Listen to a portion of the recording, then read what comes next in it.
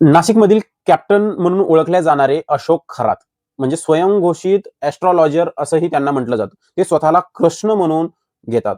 अशा या अशोक खरातांचे भरपूर सारे यांच्या विरोधात गुन्हे समोर येत आहेत. आता याच्यामध्ये पहिला जर बघायला झालं तर एका महिलेने पोलीस स्टेशनमध्ये कंप्लेंट दाखल केलेली, की तिचा जवळपास 3 वर्ष अशोक खरातांनी अत्याचार केलेला आहे. तर नेमकी ही स्टोरी सुरू कशी झाली? तर या महिलेने कंप्लेंटमध्ये असं सांगितलं, की मी ज्यावेळेस म्हणजे ती महिला अशोक खरातांकडे सल्ला मागायला गेली होती. तिचे काही वैयक्तिक प्रॉब्लेम असतील, तर अशोक खरातांनी तिला सांगितलं, की आपल्याला गुप्त पूजा करावी लागेल.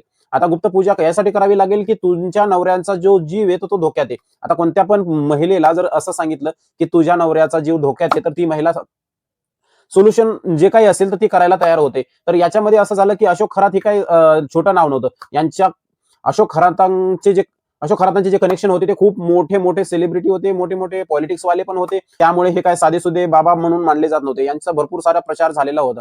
तर कोणती पण लेडीजने त्यांना सल्ला मागणारच. तर सल्ला मागितला असेल, मागितल्यानंतर अशोक खरातांनी गुप्त पूजा करावी लागेल तरच तुमच्या नवऱ्याचा जीव हा वाचेल असं सांगितलं आणि गुप्त पूजेच्या नावाखाली त्यांना एकांतात बोलवून घेतलं आणि एकट्याच यायचं एवढं पण सांगितलं, की ही गुप्त पूजा आहे आणि तुम्ही एकट्याच लागल. म्हणजे त्यांचा नवरा त्या बाहेर थांबलेला असताना पण यांना एकटीलाच फक्त मध्ये बोलवलं जायचं आणि यांच्यावरती अत्याचार केले जायचे. यांचे व्हिडिओ काढले आणि व्हिडिओ काढून नंतर ब्लॅकमेल करून पण अत्याचार केले. असं जवळपास 3 वर्ष या गोष्टी चालल्या. पोलिसांनी यांना विचारलं, की तुम्ही आधी का नाही सांगितलं? तर प्रत्येक महिलेला हा कसं असतं, की समाजामध्ये जर यांनी व्हिडिओ व्हायरल केले, तर माझी इमेज कशी राहील? हा माणूस काय छोटा नाही, याचे कनेक्शन खूप सारे मोठे आहेत आणि हा कसा मी प्रकरण दाबून टाकेल. तर या गोष्टीमुळे ना त्यांनी सांगितलं नाही असं त्यांचं म्हणणं होतं.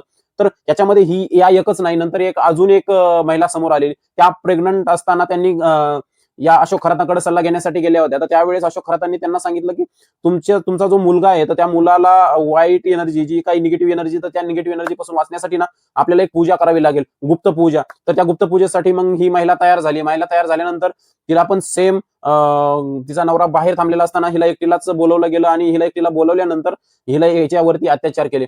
तर म्हणजे खूप खूप वाईट परिस्थिती. विचार जर करायचा झाला तर एका गरोदर महिलेवरती पण अत्याचार केलेले तर आणि हा व्हिडिओ भरपूर साऱ्या तुमच्या मित्रांना, भरपूर साऱ्या तुमच्या बहिणींना आणि फॅमिलीला शेअर करा. का?